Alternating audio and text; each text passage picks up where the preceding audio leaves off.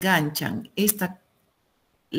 el territorio, la población y el poder. Se enganchan estas categorías denominadas territorio, población y poder.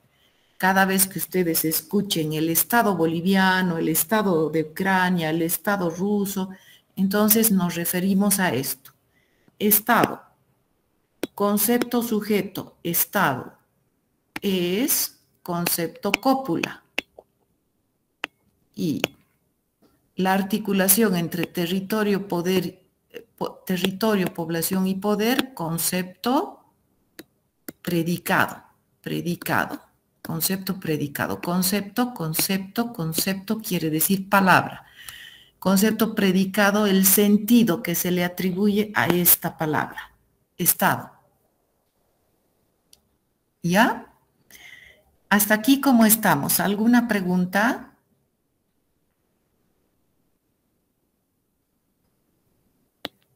Bueno, entonces, cuando hablamos de la legislación de la comunicación, nos referimos a que esta entidad, el Estado, produce normas jurídicas para organizar a la sociedad. Pero ¿qué cosa de la sociedad organiza? Organiza el comportamiento humano.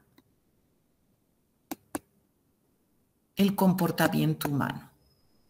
Las normas están dirigidas, las normas jurídicas, el Estado produce normas jurídicas,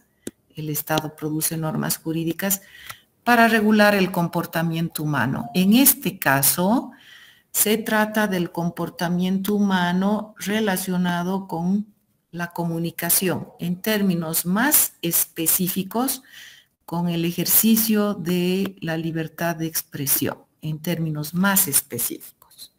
¿Ya?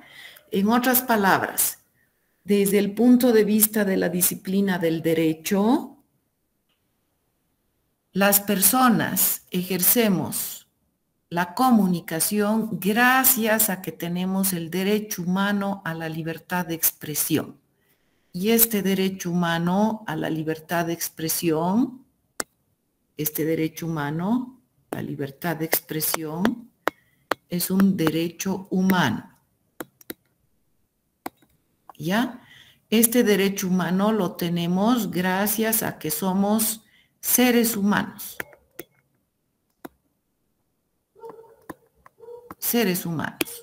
Gracias a que somos seres humanos. Es decir, gracias a que nacimos en esta especie de animales que se llama ser humano. Entonces, tenemos este derecho a la libertad de expresión como cualquier otro derecho humano, gracias a que nacemos seres humanos. Aquí tenemos una comprensión justnaturalista de los derechos humanos, es decir, tenemos derechos humanos porque nacemos seres humanos, ¿sí? Y el ser humano se caracteriza, ¿cuál es la característica del ser humano? La característica del ser humano es la razón y el lenguaje. ¿Sí? Esto no tienen los animales. Los animales, el resto de los animales, ¿ya? Llamados animales inferiores, no tienen razón ni tienen lenguaje. ¿Ya? Un momentito. Ustedes me dicen, por favor, me dicen lo que no se entienda, ¿ya? Entonces, aquí tenemos de acuerdo al derecho una concepción justnaturalista.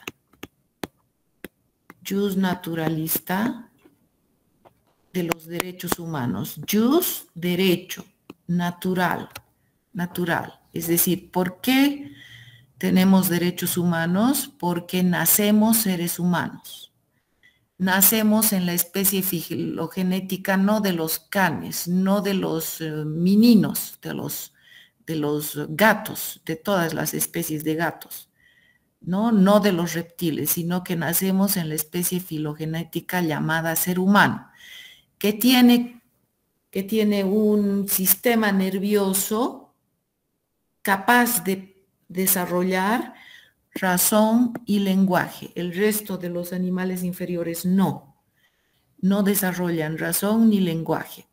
Aquí no vamos a ponernos a discutir si los monos desarrollan o no lenguaje, los perritos desarrollan o no lenguaje, ¿ya?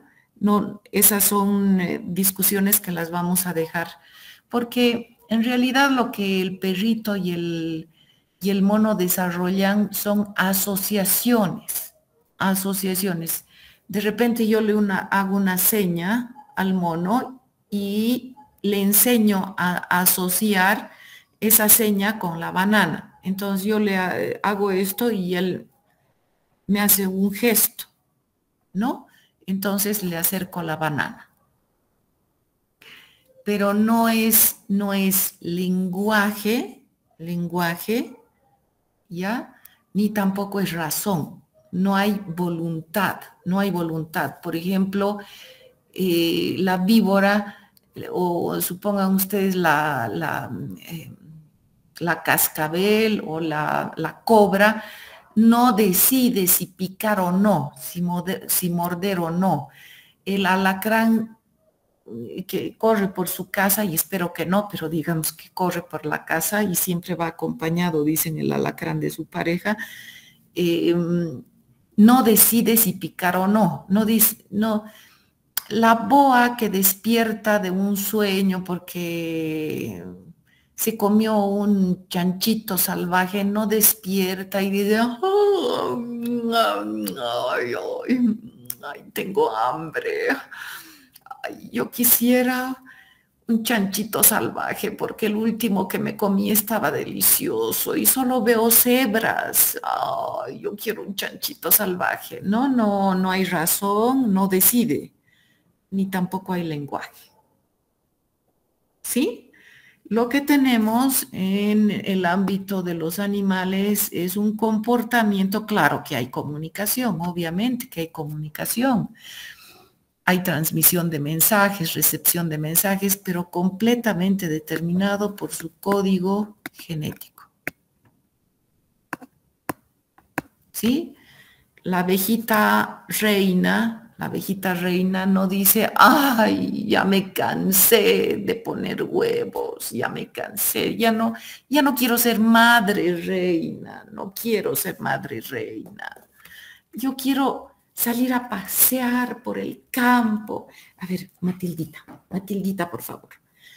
Yo quiero ser una obrera, quiero traer polen porque para eso tengo que salir a pasear por el campo, ¿no? Eso está determinado por el código genético. En cambio, el ser humano dice, no, yo no voy a ser mamá, no es mi proyecto de vida. Yo no quiero ser mamá, yo no quiero ser papá. Y eso puede horrorizar a sus padres, ¿no? Puede horrorizar a sus abuelos, de repente no a sus padres, pero sí a sus abuelos, ¿no? Entonces, el ser humano decide, toma decisiones, porque su código genético ha sido roto. Y esto ya no lo vamos a revisar, pero su código genético ha sido roto, ¿no? Ha bajado de los árboles un chimpancé juntamente con su grupo de chimpancés porque la tierra sufría cambios climáticos y ya no habían frutos, entonces vieron obligados a caminar sobre 4 patas, pero como las bestias los atacaban debido a que ellos miraban el piso, entonces tuvieron que caminar con la ayuda de un palo sobre 2 patas para mirar el horizonte y calcular, ver la llegada de alguna bestia, ¿no? Y poder calcular su vida, su defensa. Entonces así fue como se rompió el código genético y aprendimos a crear cosas y lo que creamos fue cultura. Cultura sobre la biología. Por esa razón nosotros utilizamos el cuerpo para bailar para la Virgen de Urcupiña. y le damos la orden de hacer saltos, de bailar con coreografía, con ritmos, porque la cultura se impone sobre la biología, sobre la biología. Hasta aquí, ¿cómo estamos?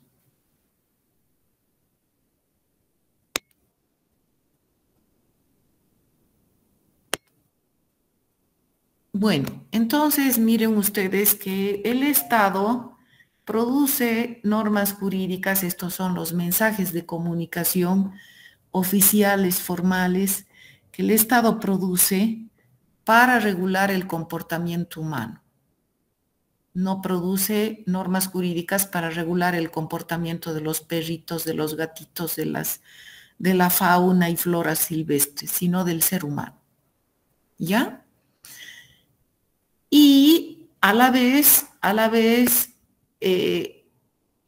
los grupos sociales, los diversos sectores sociales, estratos sociales, los grupos sociales producen normas como las normas éticas para regular también su comportamiento en grupo, como por ejemplo la ética de los comunicadores sociales, del Colegio de Comunicadores Sociales, la ética de los trabajadores en prensa, la ética de los médicos, la ética de los ingenieros, de los arquitectos, etc. Entonces aquí entendemos que la libertad de expresión es un derecho humano, decíamos, ¿es cierto? La libertad de expresión es un derecho humano, un derecho humano. En el Pacto de San José de Costa Rica, en el artículo 13, ya desde la década del 60, de fines del 60, 1969, se define la libertad de expresión de la siguiente manera. Concepto sujeto, libertad de expresión. Concepto cópula es, ¿no? Ahora vamos a ver, es un derecho humano. Derecho humano. Este es el concepto predicado. Otra vez. Voy a borrar todo. Todo esto voy a borrar.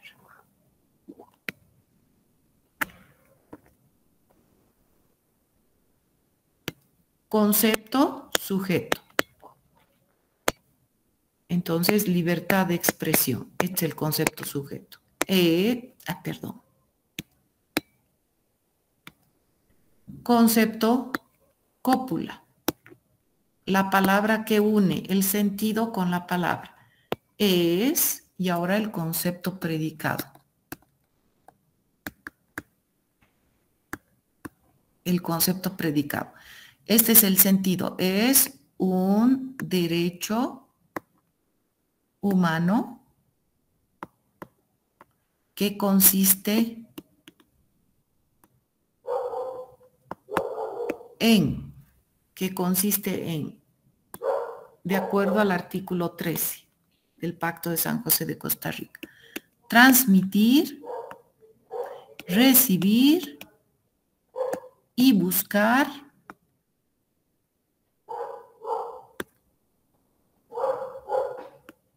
ideas, opiniones o cualquier índole de información. Ay, vista quién admitir a todos.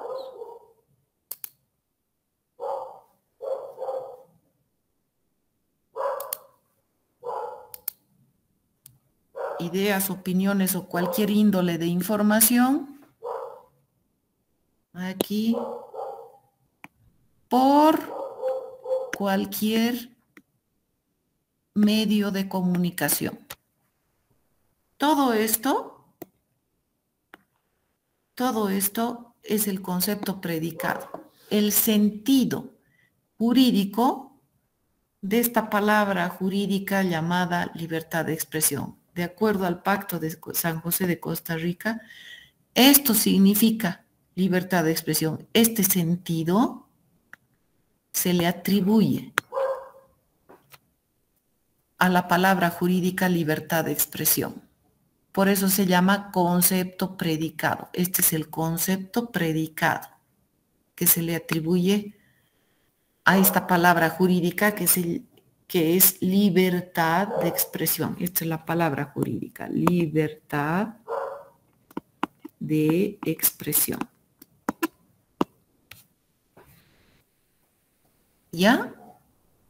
Entonces, para el Pacto de San José de Costa Rica, este sentido no puede cambiar, porque es un sentido jurídico atribuido a la palabra jurídica libertad de expresión. Por esa razón, en el derecho,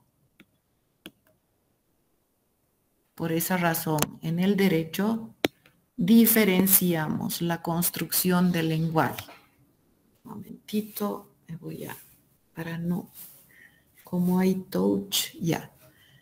Aquí tenemos el derecho como disciplina. Aquí tenemos la comunicación social como disciplina. Entonces aquí el lenguaje es monosémico. Un solo sentido para cada palabra. Aquí el lenguaje es polisémico. Polisémico. Para una palabra, varios sentidos. Por ejemplo, para la palabra lima, ejemplo. Lima. Tenemos lima como herramienta de manicure, como herramienta de carpintería. El nombre de una capital, es la capital del Perú, el nombre, como fruta. Esta palabra, concepto sujeto, tiene varios conceptos predicados. Y licenciada, un ejemplo con respecto al lenguaje monosémico en derecho. No hay monosémico, no hay lenguaje polisémico, iba a decir. Claro, no. En el derecho solo hay lenguaje monosémico.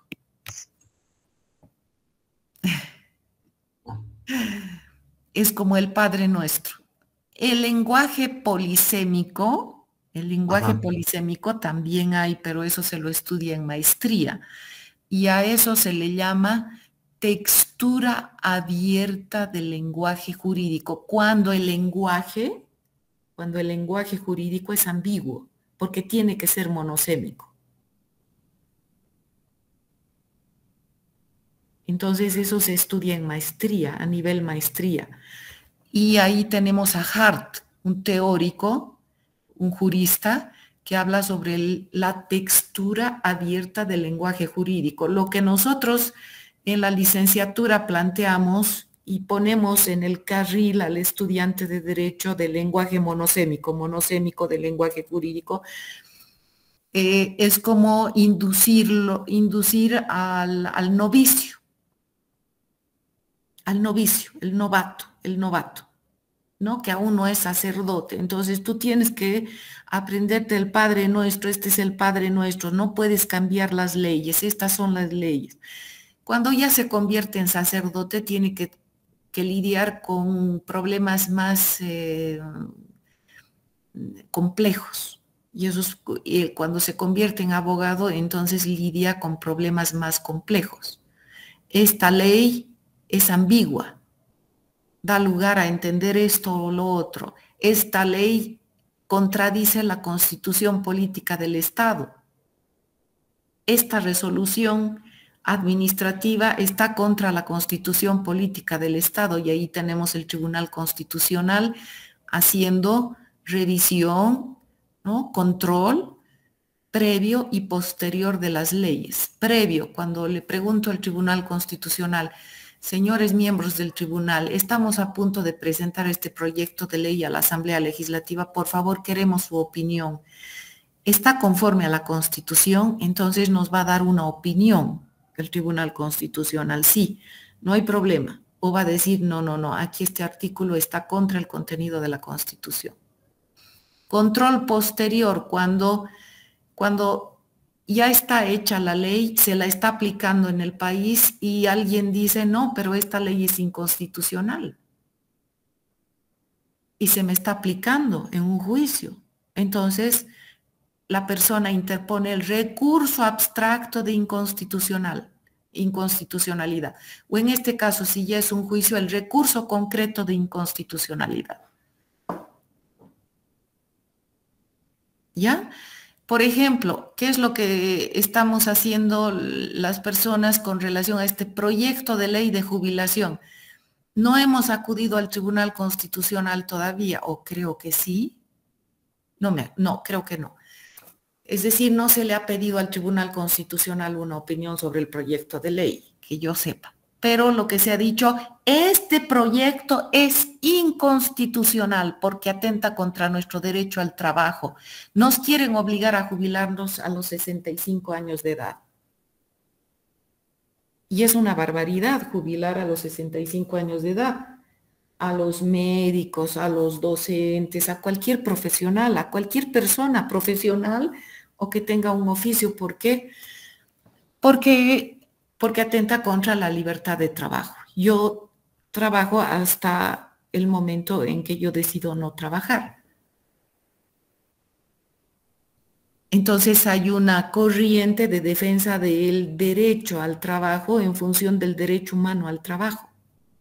El derecho humano al trabajo, porque la otra corriente es aquella que defiende la renovación del recurso humano en actividad laboral, porque tantos docentes hasta con 70 años dando clases, sí, pero claro, lo que pasa es que es un fenómeno de época también esta cuestión de valorar la juventud por encima de la experiencia. Y la experiencia solo se la adquiere con la edad, es decir, no solamente con la práctica, obviamente, pero a medida que transcurren los años y vas tú trabajando, adquieres mayor consistencia intelectual, profesional. No ocurre con todos, pero en general ocurre eso. Y para hacer una ley universal tú tienes que aplicar la regla, no la excepción, no la excepción. Por ejemplo, en nuestra carrera, la regla es que los docentes se están actualizando, están haciendo doctorado, están haciendo maestría, están haciendo cursos de actualización y para eso se tienen los certificados para mostrar, hacer verificación de toda esa actualización permanente. Pero uno que otro no lo hace. Pero la norma, el derecho, la norma, para regular el comportamiento de las personas no puede basarse en la excepción, tiene que basarse en la regla, Por ejemplo,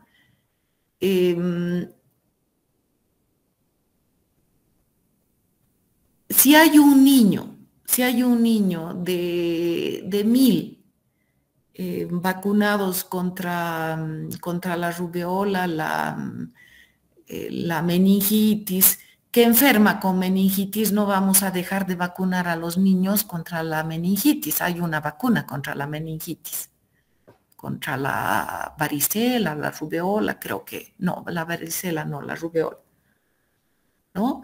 Entonces no va a ser la excepción la que promueva la regla, la norma, porque la norma jurídica es universal. Entonces, el contenido de la norma no puede basarse en la excepción, ¿Sí? Por ejemplo, justo momentos antes de iniciar, unos 15 minutos antes de iniciar la clase, he estado con una amiga que me dice, nunca me he vacunado contra la COVID y nunca me he enfermado, pero no vamos a hacer la regla, una política de salud llevada a la norma jurídica en función de ella. Porque entre todas las personas que no se han vacunado, debe ser una de las pocas que no se ha enfermado de COVID, ¿no? Incluso ustedes que se han vacunado, yo que me he vacunado contra la COVID, ¿Dónde está? Aquí. Nos hemos enfermado con la COVID de repente sin enterarnos y en los últimos tiempos ha debido ser un resfriado fuerte o durante la pandemia, ¿no? Pero parece que han funcionado nomás las vacunas, pese a que han sido elaboradas, pero con la velocidad de Speedy González. ¿Ustedes recuerdan a Speedy González? ¿Es de su época? Speedy González no. Es un ratoncito veloz, veloz. ¡Hija, hija, hija! ¿No? Sí, sí, sí, sí, sí. Speedy González. Bueno, entonces aquí, cuando hablamos de la polisemia, hay polisemia en el ámbito del derecho, de la disciplina del derecho, de la construcción normativa, y se le llama a esa polisemia, quiere decir esto, pero también aquello, pero a ver, textura abierta del lenguaje jurídico, eso lo plantea claramente Hart. Pero eso ya se estudia cuando se está haciendo una maestría, un doctorado. Cuando se estudia esta cuestión de la ambigüedad de la ley, la contradicción de la ley, pero con referencia a la reelección no había ninguna ambigüedad del Pacto de San José de Costa Rica, ninguna ambigüedad en la ley en la ley constitucional, en la ley del procedimiento constitucional, ninguna ambigüedad. Es decir, estaba todo muy claro. Lo que hizo en esa época, lo que hicieron los miembros, es como cuando ustedes entran a un auto, el Tribunal Constitucional, el Estado, la Asamblea Constituyente, como ese auto, depende de su capacitación para dar buen manejo del auto, porque el auto no tiene la culpa de que ustedes lo manejen mal. Por ejemplo, la recomendación en invierno es encender el motor sin acelerar, ¿no? Y hay una serie de explicaciones técnicas, eso les llega hasta por el Facebook, todo nos llega por el Facebook. Entonces te dicen, enciende el motor, pero déjalo unos 40, 50 segundos funcionando sin acelerar. Porque hay una parte del motor que el aceite tiene que circular y si tú aceleras va a circular gasolina sin que esa parte del motor haya sido previamente lubricada. Entonces eso arruina el motor. ¿No? Son cuestiones técnicas, cuestiones técnicas. Bueno, entonces esos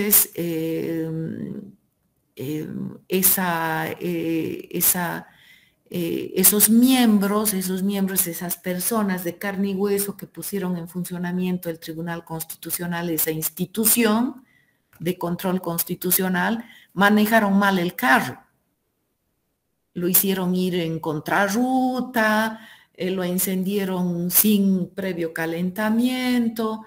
Es más, dijeron que estaban en vías de freeway de alta velocidad americanas cuando estaban en Bolivia.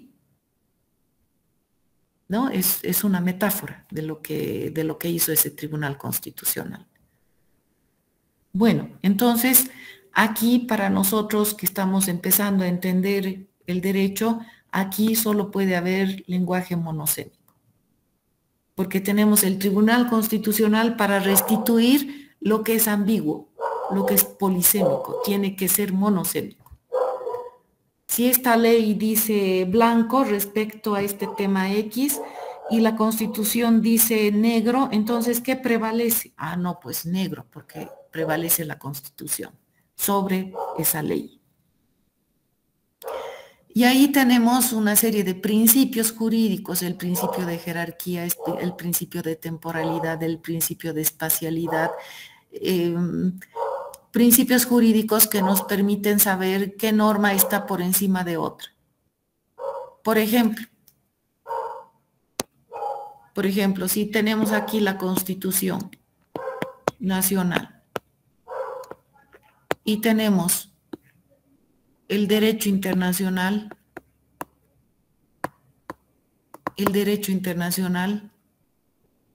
sobre el tema, por ejemplo, de la reelección,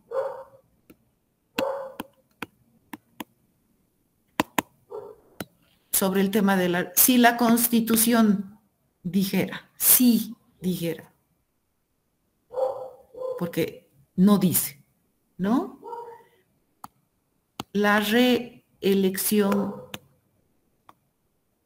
es un derecho humano, es decir, tú puedes reelegirte, reelegirte, reelegirte, reelegirte, reelegirte indefinidamente, ¿no? Porque es tu derecho humano, estás ejerciendo tu derecho político, y si te vuelven a elegir, entonces otra vez ocupas el cargo. Pero para la siguiente elección del mismo cargo, porque es un cargo electivo, entonces se te vuelve a elegir otra vez, y otra vez, y otra vez, y otra vez, y no importa, de manera indefinida, porque sale de un proceso electoral. Si la Constitución Nacional dice eso, y el derecho internacional dice lo contrario, no la reelección indefinida. La reelección debe ser limitada. Limitada, puede haber una reelección por una sola vez, pero no por más veces. Entonces, ¿qué va a prevalecer? ¿Esto o esto? Entonces se aplica la jerarquía normativa y se dice, por encima de, y esto está en los, esto responde, esto de la no reelección, responde a normativa internacional en el tema de los derechos humanos. El derecho político tiene que ver con el derecho político. Entonces tenemos el Pacto de San José de Costa Rica, por ejemplo, ¿no? El pacto que habla sobre el derecho político. Y el derecho político tiene que ver con el derecho a participar en un proceso electoral como elector o como elegido. Pero tenemos sentencias de la Corte Interamericana que interpretan ese artículo y que dicen, un momentito, una cosa es el derecho político y otra cosa es el ejercicio de un cargo. Derecho político lo tiene el ciudadano común y corriente. Ese ciudadano común y corriente tiene derecho a participar en un proceso electoral como elector o como elegido. Decide cómo participar. Pero el que está ejerciendo un cargo, no tiene el derecho político en esa dimensión, porque ya tiene, dice la Corte Interamericana, hay una palabra, ventaja. Está en un cargo político, está ejerciendo una función pública, un cargo en el Estado, y es un cargo electivo. Por lo tanto, la reelección debe ser limitada, no puede ser indefinida, porque la reelección indefinida atenta contra la democracia de las sociedades, ¿no? Entonces, ¿qué va a prevalecer? ¿Qué va a prevalecer, esto o va a prevalecer esto? Vivimos en una época en la que, esto lo sabe el estudioso internacionalista, vivimos en una época después de la Segunda Guerra Mundial en que se impone la siguiente fórmula: derecho internacional en el tema de los derechos humanos está sobre el derecho interno. Esta es la fórmula. El derecho internacional, los estándares internacionales en el tema de derechos humanos está sobre el derecho interno. ¿Qué tiene que hacer un Estado? Tiene que modificar su derecho interno para ponerlo armónico con el derecho internacional en el tema de derechos humanos. Esto ha acontecido desde después de la Segunda Guerra Mundial. Es un efecto de resonancia en el ámbito jurídico, un efecto. ¿Qué ha ocurrido con la Segunda Guerra Mundial? Se han producido normas jurídicas por primera vez que establecen los derechos humanos de manera clara, cierta, la Declaración Universal de los Derechos Humanos, Declaración Universal de los Derechos Humanos. Y luego se han ido produciendo más normas jurídicas que se llaman derecho internacional en el tema de derechos humanos. Estas se imponen sobre el derecho interno.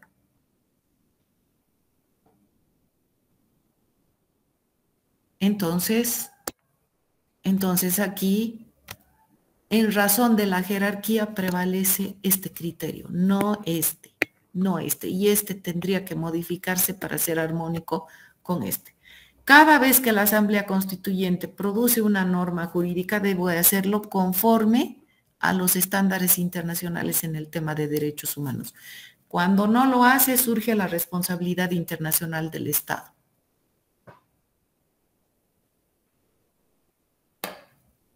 El Estado responde ante la comunidad internacional. Y cuando hay un particular afectado por una normativa que va contra los estándares internacionales en el tema de derechos humanos, entonces y aquí dentro del Estado o dentro del Estado, ha agotado todas las instancias de reclamo, ha ido al Poder Judicial, ha ido al Defensor del Pueblo, ha ido a todas las oficinas habidas y por haber y no le han hecho caso, entonces se le abre la vía internacional, la Corte Interamericana de Justicia. Pero la condición es que haya agotado recursos al interior de su Estado.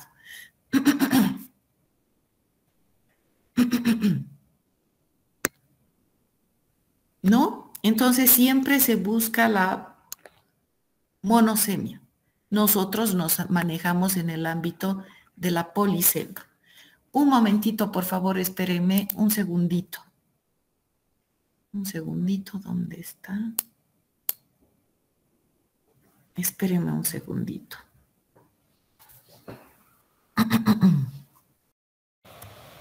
Ya. ¿Se me escucha? Sí, licenciada. Ya. Ay, gracias. Entonces nosotros como comunicadores sociales nos movemos en este ámbito, el ámbito polisémico. Y tenemos que tener eso siempre en cuenta porque cuando se escucha, por ejemplo, una discusión sobre temas legales, alguna cuestión que tiene que ver con el contenido de una ley, la aplicación de una ley a un caso concreto. Entonces, ahí no se puede imponer para determinar el significado jurídico, para determinar el sentido jurídico.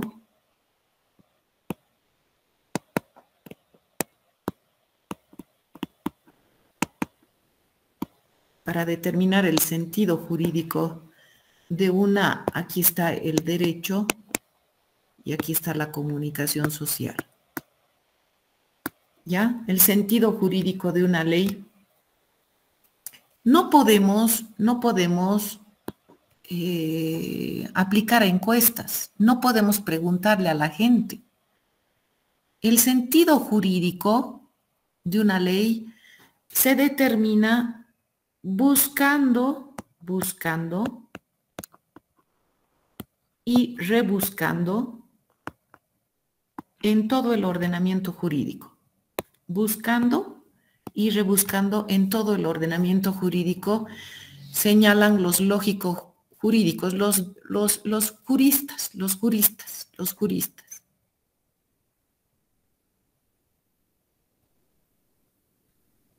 Aquí no se puede aplicar encuestas, no podemos preguntarle a la gente, a ver, ¿usted qué opina? La Constitución en su primer artículo se refiere al Estado plurinacional o al Estado republicano. A ver, ¿usted qué opina?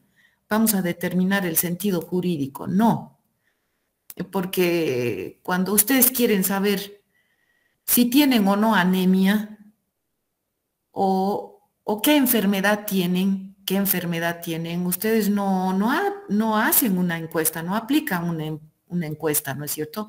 No hacen sondeo de opinión. Y por la repetición de las respuestas, como hay saturación en las respuestas que nos da, ay, aquí dice la gente que yo tengo anemia. Entonces, hay un 80% de gente que dice que yo tengo anemia. Concluyo que tengo anemia. Eso no es científico, ¿no es cierto? Lo propio con relación al derecho. Es decir, no se pueden aplicar encuestas para determinar el sentido jurídico de una ley. Trátese de una resolución de carrera, de una resolución facultativa, que es una norma jurídica en un sentido amplio, porque ley es la norma que produce la Asamblea Legislativa. Esto también se estudia in extenso en la licenciatura, pero fundamentalmente en la maestría, en el doctorado, cómo el Estado produce normas jurídicas en sentido amplio y en sentido estricto en sus diferentes oficinas, departamentos, órgano legislativo, en sus diferentes departamentos, Ministerio de Salud, Ministerio de Economía, Ministerio de Finanzas, ¿no? Entonces, aquí el sentido jurídico es uno solo, monosemia, solo puede haber un sentido jurídico. Eso da seguridad jurídica. Aquí nosotros buscamos seguridad jurídica. Algo así como cuando tu chico te dice yo te amo, te quiero. Entonces tú quieres que eso se mantenga, ¿no es cierto? Entonces le pides que eso se mantenga cuando tú le preguntas, pero ¿por qué no te has acordado de nuestro aniversario? Estoy pensando que te estás olvidando de mí, ¿no? Entonces ustedes quieren seguridad, ¿no? Respecto del amor que les tiene. Por ahí va esta cuestión del sentido jurídico. Pero tú siempre me dices que me amas, entonces yo entiendo que me amas. Solo puede haber un sentido. No me puedes decir te amo y después te sales a bailar con otra muchacha. No sé si los ejemplos que estoy dando que son forzados ayudan a entender esta cuestión del sentido jurídico. En cambio aquí nosotros tenemos el sentido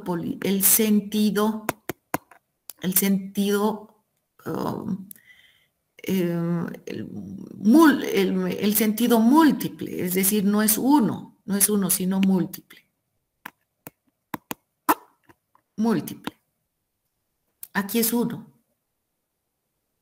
Este es el sentido social que le atribuimos a las palabras. Entonces, por ejemplo, en un ámbito social y en un grupo de chicas, si tú le dices a alguien flaca, de repente va a ser como echarle un piropo, y si le dices flaca, tratándose de un grupo de muchachas que tiene un problema anoréxico y no sé qué, se va a sentir ofendida la persona si le dices flaca.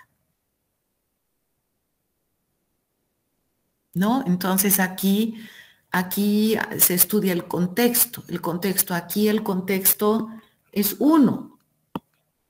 Por eso se busca y rebusca en el ordenamiento jurídico, y ahí están los estándares internacionales, parte de ese ordenamiento jurídico, los estándares internacionales, parte del ordenamiento jurídico boliviano. ¿Por qué razón? Porque se han incorporado en la legislación boliviana a través del sistema dualista de incorporación de normas internacionales referidas a los derechos humanos.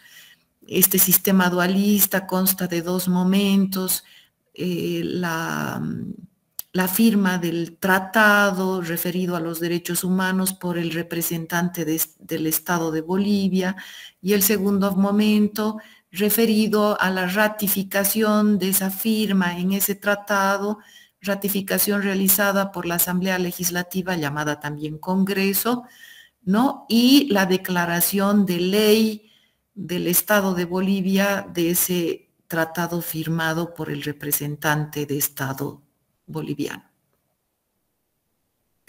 Bueno, eso también se estudia. ¿Qué quiere decir? Que el Pacto de San José de Costa Rica ha sido incorporado por ese acto jurídico realizado por la Asamblea Legislativa. Bueno, en su época no se llamaba Asamblea Legislativa, se llamaba Congreso, Asamblea Legislativa, ahora se llama Asamblea Legislativa Plurinacional. A todo le hemos agregado lo plurinacional, ¿no es cierto? Bueno, entonces aquí en el ámbito de la comunicación social, nosotros queremos saber cuestiones no jurídicas, entonces vamos a aplicar una encuesta. Como la encuesta, los docentes tenemos que recoger la encuesta que se ha aplicado a los estudiantes, la evaluación de los estudiantes. Y a una colega cuyo nombre no se los voy a decir, pero que es de nuestra carrera, decía, pero es una barbaridad, una barbaridad. ¿Cómo es posible, pues, que se aplique la encuesta cuando estamos en exámenes finales? O eran segundos parciales, no me acuerdo, ¿no? Pero si mis alumnos han dado malos exámenes, no han estudiado, claro, van a decir que yo soy mala docente. Y todos coincidíamos. El estudiante no va a clases, pese a que la DPA nos ha dado una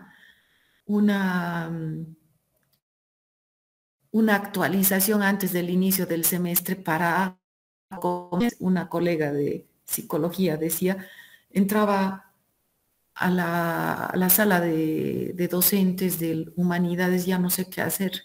He trabajado por competencias, se han distribuido temas para exponerlos en grupo y ni siquiera viene el grupo a exponer.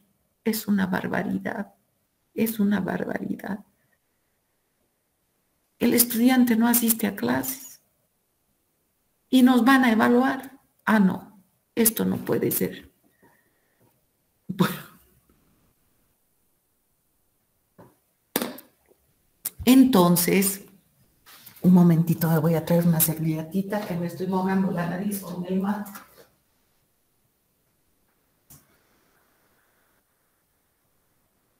Entonces, miren ustedes que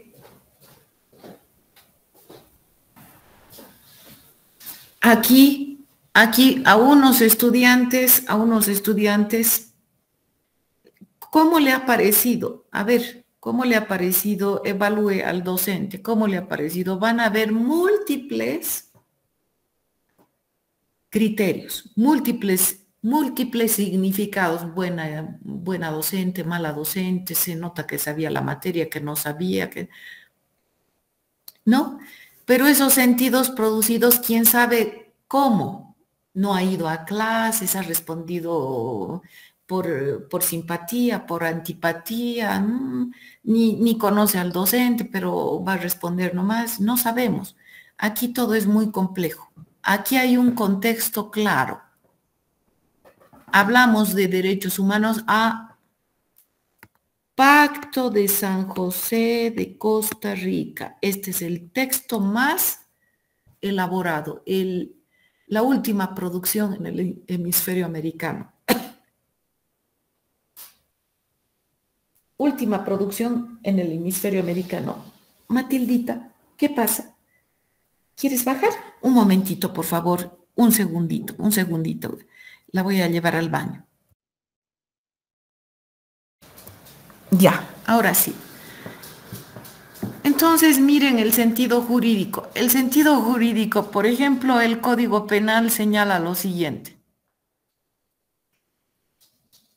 Delitos contra la libertad sexual. Y diferencia el abuso sexual de la violación sexual. Entonces dice del abuso sexual, más o menos así. Dice que son todas esas acciones de tocamiento del cuerpo, obviamente sin el consentimiento de la persona. La persona puede ser un menor de edad, un adolescente, un joven, una persona adulta mayor. Entonces son esos tocamientos no sin el consentimiento de la persona, de connotación sexual. Y la violación sexual tiene que ver con la introducción, dice más o menos así, de objetos o el órgano genital en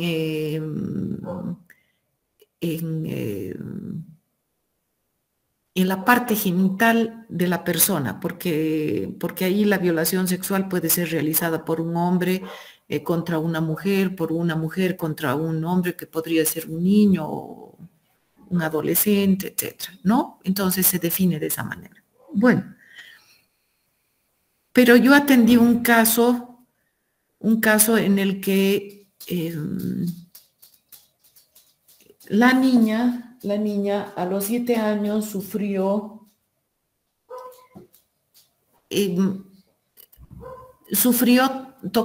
tocamientos de connotación sexual y le avisó a su mamá, y su mamá no le dio importancia, ella me cuenta, no le dio importancia. Ven, Matildita, ¿quieres subir? Entonces, más o menos a los 10 años, comenzaron las relaciones sexuales, obviamente no consentidas por ella, era el padrastro, la pareja de su mamá. Entonces, ella dice que, bueno, que empezó a acontecer eso. Y más o menos cuando tenía unos 14, 15 años, sucede que estaba en la casa de la hermana de su mamá. Ven, ¿quieres subir, Matildita? Ven. Ven. Ah, quiere una galletita. Ya, perdón, le voy a dar tu galletita. Ven, tu galletita.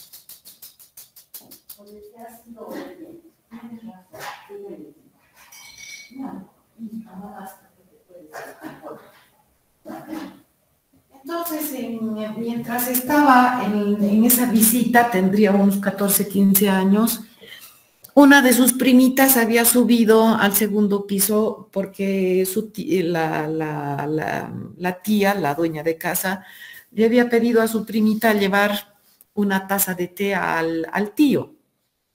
Entonces la niña, que tenía unos 11, 12 años, subió con la taza de té y le dejó porque también atendía a esta niña, le dejó la taza de té a su tío y le dijo: tío, aquí te envía la tía esta taza de té. Se dio la vuelta y ahí lo tenía al hombre delante suyo y le tocó los senos. Entonces, más que despavorida, sale corriendo de la habitación rumbo al primer piso y gritando dice: me ha tocado, y ahí se arma un bollo terrible. Bueno, se llama a la policía, el tío, que tenía más de 60 años, es llevado a la policía, es puesto en la cárcel. Y ahí esta muchacha que tendría unos 14, 15 años más o menos, a su madre le hace un reclamo, porque su madre reaccionó con relación a su sobrina diciendo: es una barbaridad, qué horror, ¿cómo es posible? Este tipo no se contiene, toda la vida ha hecho esto con todas aquí en la familia, y había sido realmente un hombre acostumbrado a abusar hasta de sus propias hijas. Es decir, la dialéctica familiar incorporaba este juego sexual, y además consentido por el silencio de todos los miembros de la familia, Todos los miembros de la familia guardaban silencio, las víctimas, los hermanos de las víctimas, las mamás, las tías, todos. Pero algo acontece con esta niña que rompe esa dialéctica, esa manera de relacionarse, porque grita, no admite eso, no está dispuesta a admitir, baja y denuncia. Es como abrir las cortinas de un teatro, de una obra teatral, que va sucediendo tras bambalinas, ¿no? siempre con las cortinas cerradas, hasta que ella las abre y las muestra en público.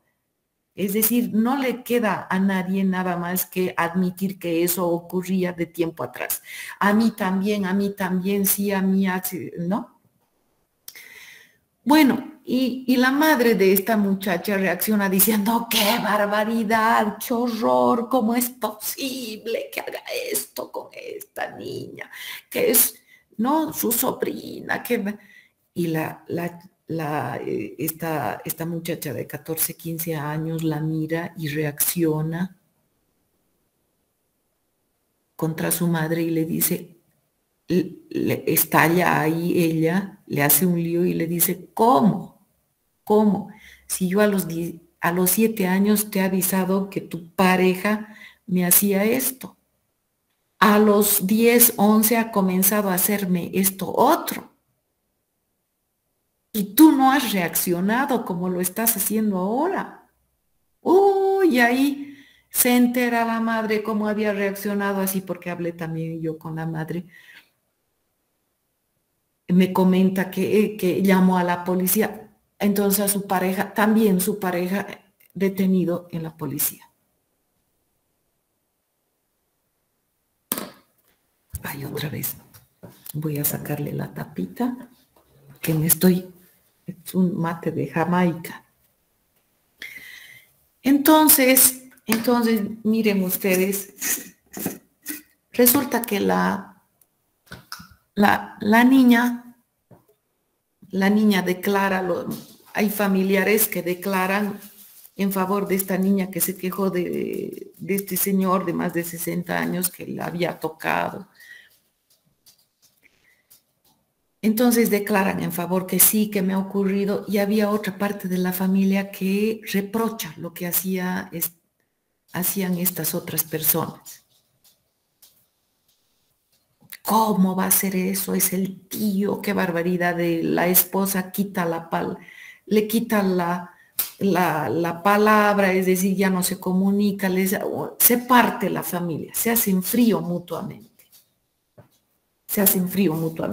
Perdón, Matildiña juguetona, ¿qué estás queriendo? No vas a masticar nada.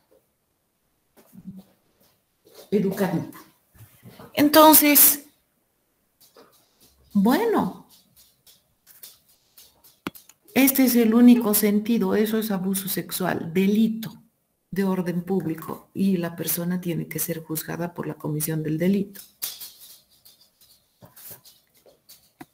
En el ámbito social, para esa familia, para una parte de la familia, eso no había que, no, ¿por qué? Pero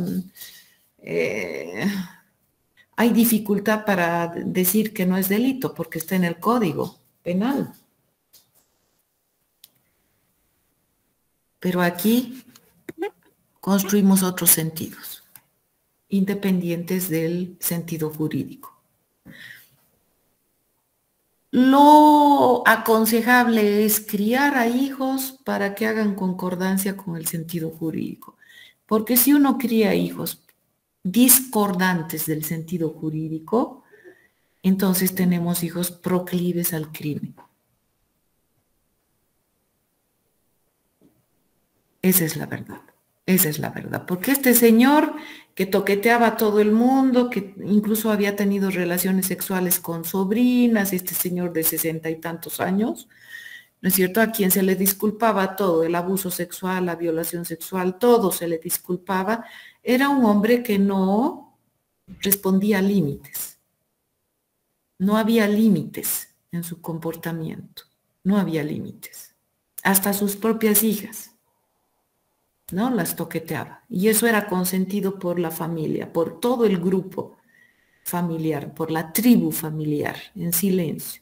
Y claro, eso permite la reproducción, ¿no? Entonces el costo de hacer algo diferente, en este caso, fue el frío de la familia. Pero se dividió la familia. Esta niña no consintió, no iba a participar. Ella me dijo, yo sé que eso estaba mal, yo no iba a permitir que me tocara.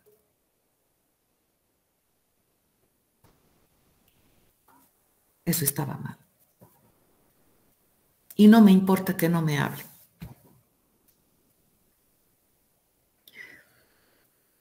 Hasta aquí, ¿cómo estamos?